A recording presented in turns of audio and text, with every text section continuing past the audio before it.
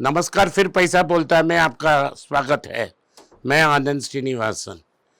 हम चेन्नई में हैं। अब मैं स्टूडियो में हूँ और अंकिता जी अपने घर में हैं, तो नेट के जरिए हम मिल रहे हैं। आज दोनों चेन्नई में ही हैं। तो आज शनिवार है, आपका सवाल का जवाब देने का समय आ गया है। तो अंकिता आपकी सवाल पूछेंगी, मैं जवाब दूंगा। नमस्ते सर। नमस्ते। हमारे व्यूअर्स ने सर आपसे बहुत क्वेश्चंस पूछना चाह रहे हैं। तो एक के करके आज मैं उनके सारे क्वेश्चंस पूछूंगी आपसे। तो आज का हमारा फर्स्ट सवाल है कि स्पंदन स्फूर्ति ने अच्छी रिकवरी दिखाई है। तो उसको रिलेटेड आपके क्या व्यूज हैं? क्या अभी लोगों को उसको कंसिडर करना चाहिए या नहीं करना चाहिए? मैंने जो तमिल की जो श्रोता है उनको बॉटम ऑफ द पिट में उसको कंसिडर करने के लिए कहा था, क्योंकि मेरा राय ये था कि स्पंदना स्फूर्ति का biggest share holder Kedaara capital है ओके। और केदारा कैपिटल का ओनर राजीव बजाज और संजय बजाज का बहनोई है, ब्रदर इन लॉ है। वो आज भी बजाज कैपिटल में डायरेक्टर हैं। तो पैसा का कोई प्रॉब्लम नहीं था। अगर स्पंदाना को और पैसा चाहिए था तो ये लोग इन्वेस्ट करते। तो माइक्रो फाइनेंस में ये प्रॉब्लम था कि एक आदमी को 4 माइक्रो फाइनेंस कंपनी ने लोन दी थी और चारों को पैसा रिकवरी करना चाहते थे। उसके पास पैसा नहीं था। एक आदमी को आप एक कर्ज दे सकते थे, आपने 4 कर्ज दे दिया और वापस पैसा नहीं दे पाया। उन्होंने रिकवरी नहीं की। सारी कंपनी जो थे, IDFC Bank, IndusInd Bank, Fusion Finance, Spandana Sphoorty, सारी की सारी माइक्रो फाइनेंस प्रेशर में थी। ओके। लेकिन एक साल में उन्होंने लोन्स नहीं दिया, रिकवरी में कंसंट्रेट की और बैलेंस शीट को टर्न अराउंड किया, रिपेयर किया। अच्छा। और जो बड़ा प्रमोटर्स हैं उन्होंने और पैसा लगाया और मैनेजिंग डायरेक्टर को भी बदला और एक बड़े बैंक से एक आदमी को लाया। हम्म। ये सब 6-7 महीने पहले ही हो गया। तो जो आप देख रहे हैं उस एफर्ट्स का मतलब रिजल्ट है। रिजल्ट देख रहे हैं। अगर आप 5 साल के लिए पेशेंट रह सकते हो, छोटे छोटे लॉट्स में इसको कंसिडर कर सकते हैं। अगर आप 5-6 साल के लिए वेट कर सकते हैं तो सर जैसे आपने यही बोला कि अगर कोई वेट कर सकता है, तो किसी का यही सवाल है कि अगर उन्हें कोई ऐसे 3 स्टॉक्स अगर आप बता सकते हैं, अगर वो लॉन्ग टर्म के लिए उसमें इन्वेस्टमेंट करके छोड़ दें, तो ऐसे कौन से 3 स्टॉक्स आप उनको सजेस्ट करेंगे कि वो चूज़ करें अपने पोर्टफोलियो के लिए? अगर 10 साल के लिए मैं इन्वेस्ट करना चाहता हूँ और उसको फॉरगेट करना चाहता हूँ, तो मैं आज की जो वैल्यूएशंस है इस पे 3 स्टॉक्स कंसिडर करूँगा। एक आईटीसी, एक डॉक्टर रेड्डी और तीसरा नाटको। अगर ये 3 स्टॉक आप ले लें और 10-15 साल के लिए सो जाते हैं और 15 साल के बाद आप उठेंगे तो आपको ये अच्छा रिजल्ट मिलेगा। इन तीनों डिविडेंड देते हैं। अगर डिविडेंड जो मिलती है यही स्टॉक वापस खरीदते रहेंगे तो आपको एक बहुत बड़ा फायदा मिलेगा 10-15 साल में। सर जैसे अभी आपने आईटीसी मेंशन किया, तो आईटीसी होटल्स के बिजनेस, उनके फ्यूचर ग्रोथ और उनके प्रोस्पेक्ट्स को लेकर आपके क्या थॉट्स हैं? लॉन्ग टर्म के लिए ये कैसे रहेंगे? आईटीसी होटल्स का बड़ा मालिक आईटीसी है, तो उनको और फंड कर सकता है। अभी दो एक साल के पहले और 2.5 साल के पहले वो एक सेपरेट कंपनी बना।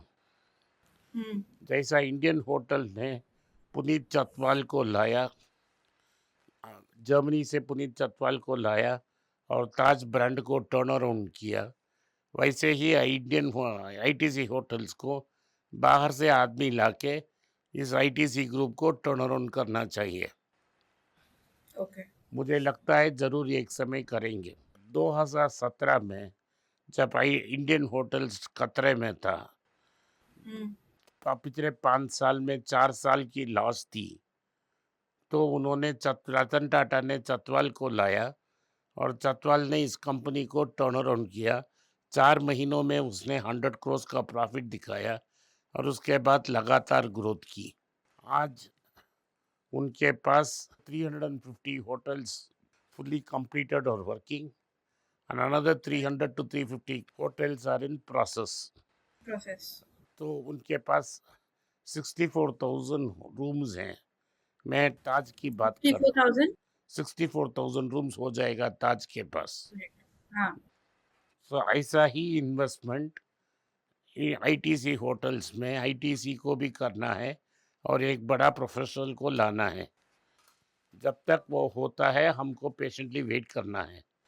तो जब आपने आईटीसी का कंसिडर करके रखा तो आपको ऑटोमेटिकली जब स्प्लिट हुआ आपको आईटीसी होटल्स भी मिला होगा।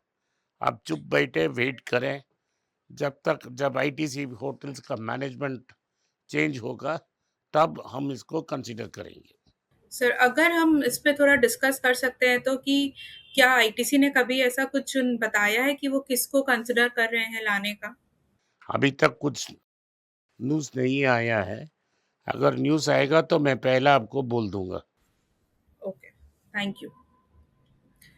सर, एक हमारे बहुत ही छोटे व्यूअर हैं, बहुत आई थिंक अब 18-19 ईयर्स के हैं। तो वो आपसे पूछना चाह रहे स्पेसिफिकली कि वो अभी इन्वेस्टमेंट और फाइनेंस की नॉलेज जानना चाहते हैं और अभी उन्हें बिल्कुल नॉलेज नहीं है। तो कौन से बुक्स या कौन से अदर रिसोर्सेज हैं जिससे वो अपनी नॉलेज बढ़ा सकते हैं? आपने कैसे बढ़ाई वो अपनी नॉलेज? मुझे पता नहीं, मैं 15 अभी मैं बुढ़ा आदमी हो गया हूँ, लगभग 60 साल का हो चुका हूँ। तो मुझे जोड़िए। और आप इसीलिए वो आपसे पूछना चाह रहे हैं कि आपकी जो नॉलेज है वो वहां तक कैसे पहुंच सकते हैं उस एज में। अगर आप मद्रास में हैं जैसा मैं मद्रास में हूँ, हर दिन Hindu newspaper, economic times, business standard और मिंट को कवर टू कवर पढ़ें। ऑनलाइन में पढ़ें या ऑफलाइन में पढ़ें, लेकिन कवर टू कवर पढ़ें। उसके बाद learn to earn, one upon Wall Street और बीटिंग द स्ट्रीट को पढ़ें। Okay. Then there is a old Buffett के बारे में the making of an American capitalist नाम का एक बुक है, हम्म। रोजर लिविंगस्टन ने लिखा था। उसके बाद स्नोबॉल, उनका कॉम्प्रहेंसिव बायोग्राफी स्नोबॉल नाम का एक बुक है, ओके। उसको भी पढ़ें। उसके बाद इंटेलिजेंट इन्वेस्टर पढ़ें। तो अगर उन्होंने 3+2 5+1 6 बुक पढ़े तो उनको इन्वेस्टमेंट के बारे में जो भी पता होना चाहिए वो पता लग जाएगा। सर, हमारे एक व्यूअर आपसे पूछना चाह रहे हैं कि उनका एक कोऑपरेटिव बैंक में लॉकर है। उनके बैंक ने उनसे बोला है कि अगर आप अपना लॉकर सर्विस कंटिन्यू करना चाहते हैं, तो आपको 15,000 की एफडी स्टार्ट करनी पड़ेगी उनके बैंक में। तो ऐसे सिचुएशन में उन्हें उनको क्या करना चाहिए? डिपॉजिट अगर उनको लॉकर चाहिए तो डिपॉजिट देना पड़ेगा। सारे बैंक ऐसे ही करते हैं। कोऑपरेटिव बैंक तो बहुत कम मांग रहा है, 50,000 का डिपॉजिट। 15,000। 15,000 बहुत कम है।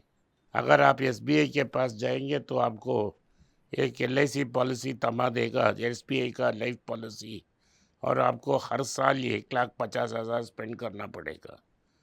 तो अगर आपको वो लॉकर चाहिए तो आपको कोऑपरेटिव बैंक में 15,000 का डिपॉजिट रखना है। करना ही पड़ेगा। और समझ लो कि उसने वापस नहीं आएगा तो भी कोई प्रॉब्लम नहीं है।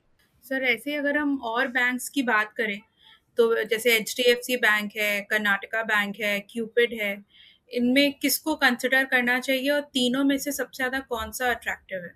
क्यूपिड छोड़ दो ना, प्रमोटर की प्रॉब्लम है। तो मुझे आज की स्टेट दिन में एचडीएफसी बैंक सबसे अट्रैक्टिव लगती है। तो आपको कंसिडर कर सकते हैं बहुत छोटे क्वांटिटीज में, माने कि 1 2 3 4 ऐसा। Maximum if you can afford 5 at a time और वेट फॉर 5% फॉल, अगेन 5। क्योंकि जो नाइफ गिरती है, चाकू गिरती है, तो हमको पता नहीं कितने दूर गिरेगी। करेक्ट। तो एक फॉलिंग मार्केट में स्टॉक को कंसीडर करना एक कैचिंग अ फॉलिंग नाइफ। अगर चाकू गिर रही है और हाथ से पकड़ते हैं तो वो हाथ को काट काट काट लेगी। So correct, that much care you must take to buy stock in a falling market. क्या कि आपने खरीदा और 50% गिर गया तो प्रॉब्लम है। तो आप क्या हुँ, करें कि हर 5% फॉल में कुछ एंट्री मारते रहें। आज के लिए इतना ही। आपने इस पॉडकास्ट को सुना, इसके लिए मैं आपका आभारी हूँ। हो सके तो वीडियो को लाइक कीजिए, चैनल को सब्सक्राइब कीजिए और बेल नोटिफिकेशन दबाएं। इस वीडियो को अपने दोस्त और रिश्तेदार के पास भेजें और उनको देखने की आग्रह करें। नमस्कार, धन्यवाद, जय हिंद। अगर आप मुझसे संपर्क करना चाहते हैं, नीचे दिए गए ईमेल में मेल भेजें। मेरी टीम आपके साथ संपर्क करेगी और मदद भी करेगी।